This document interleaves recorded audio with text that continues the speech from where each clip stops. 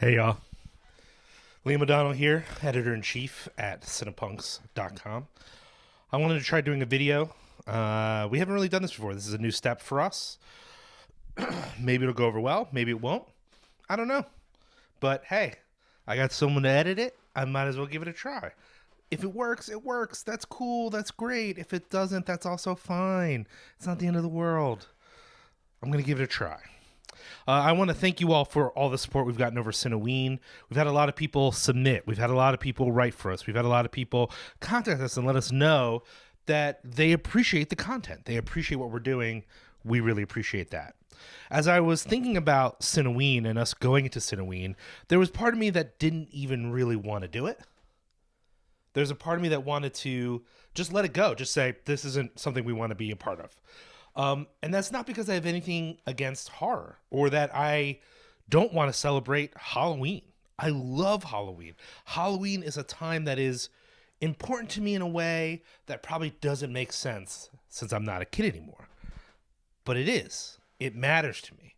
It has weight in my life. And so I wanted to celebrate it. And yet, I mean, look, I'm not going to get too far into it, but we all know that right now, we're in the midst of horror, that the world is horrible, that between a pandemic and our fascist president and all manner of global warming and all, just again and again, the horrors of the world are piling up and they're piling up and they're piling up.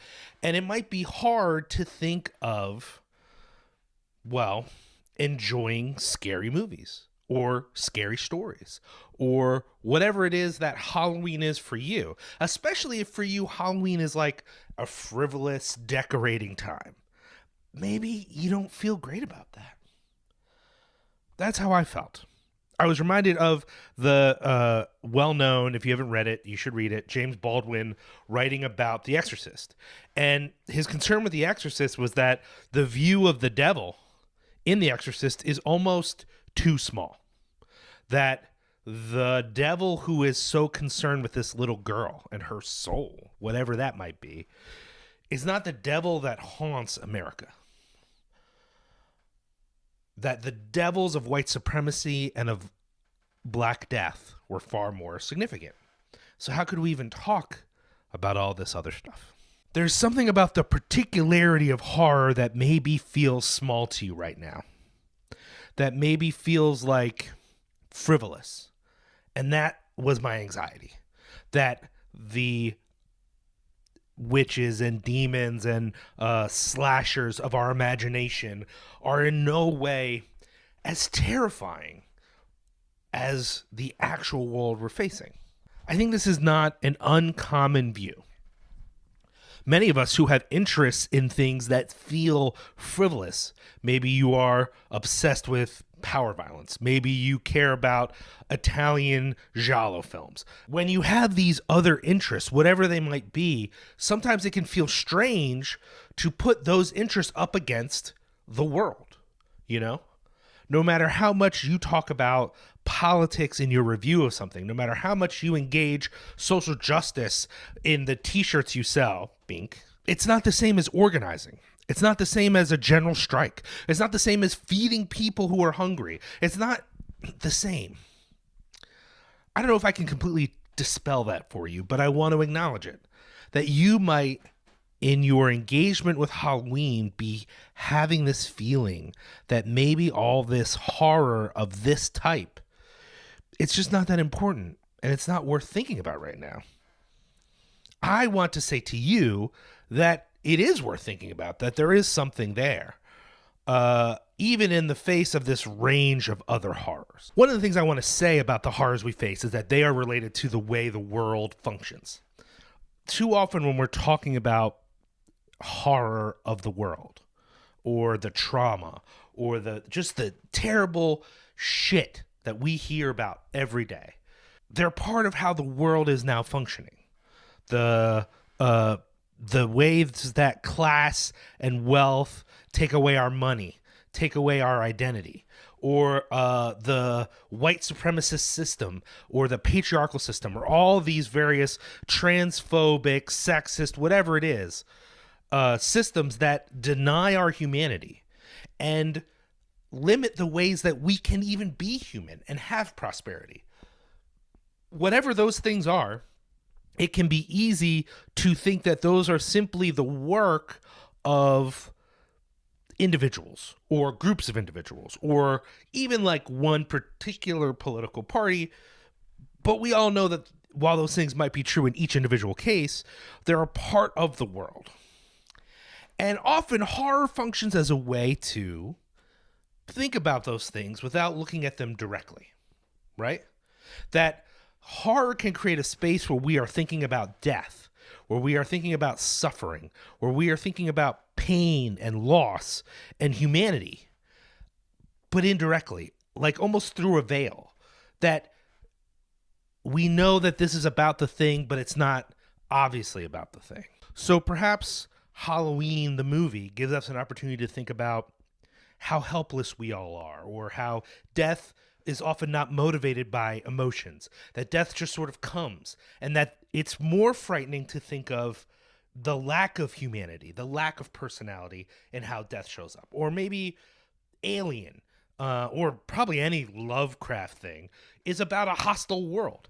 You know, they go out into space and there are just these monsters there. That space has the sorts of inhuman dangers that we suspect are here as well, but are more pronounced. Or, I don't know, Jaws is about the ways in which we ignore the danger that is present in front of us, the underlying things that threaten our lives. Even The Exorcist, which again, you know, Baldwin criticized, could be seen as being about the limitations of our modern world. I mean, in a sense it was, right? That William Peter Blatty suspected that in showing people the danger of the demonic or evil or whatever it is he saw there, that he would help us see a kind of bankruptcy in our world, something lacking, something missing. And all of that is great. That horror gives us that separation and yet discursive space in which to engage things that maybe when we come at them directly. This is a story about my mom dying and how my mom, when she died, brought up all these issues for me. That maybe the drama and melodrama of a direct confrontation with those issues is too much. That we need that sideways glance to come at things not directly. It's possible. However, the abject immediacy of the problems we are facing today can sometimes make those indirect engagements feel slight, feel silly. But there is a kind of horror that I think helps us engage with those things just as much, but during this time, I find almost encouraging. And that is the horror that is about the end. That maybe doesn't celebrate, but engages with the possible end of all things. I think in some ways that's present in all horror. Let's go back to Halloween. Halloween maybe pulls away the veneer of a safe suburban life and reminds you that death, the random chaos of death, can find you anywhere, maybe. But I'm also thinking of films that more directly relate to this idea of ultimate destruction. Think, for example, of, say, recent film Hereditary. The ending of Hereditary in the treehouse feels to me apocalyptic. The world order is going to end because of these forces that maybe people didn't see coming. Or take, for example, Shivers. The apocalyptic ending of Shivers, this final orgy where all of these strange sex things, really, I mean, these parasites that propagate through this direct physical connection, this connection of our bodies, this expansion of who we are physically into each other, that the ending of that signals an end of all things, and that maybe that isn't so bad. That's nihilistic. It's nihilistic of me to say maybe the end of Shivers is a happy ending. Maybe the end of The Wicker Man is a happy ending. That these horror films that eventually head towards something that is the rending of our social order to suggest they are a happy ending is nihilistic. And maybe it is. But there's also something about it for me that can hint at something more. The same way that often horror films help us engage with social issues and personal issues indirectly. You know, I wouldn't say Dawn of the Dead is directly about capitalism, but it helps you engage with issues around capitalism so that it ends up feeling like it's about capitalism. Maybe you could say the same thing about They Live. They Live is literally about aliens, but it's also about Reagan. Well, maybe the apocalyptic in horror can be about change. It can be about the possibility that the world could be different. It could be about how there aren't limits to how we will be surprised by the world, and how there is no social order that is permanent, that will last forever, that will be here forever. There is no social order that can outlast death itself. You see, too often I am struck by a sense of hopelessness at our impending doom. This feeling that we cannot escape a fate that is horrifying, that we cannot escape the possibility of our deaths, our destruction.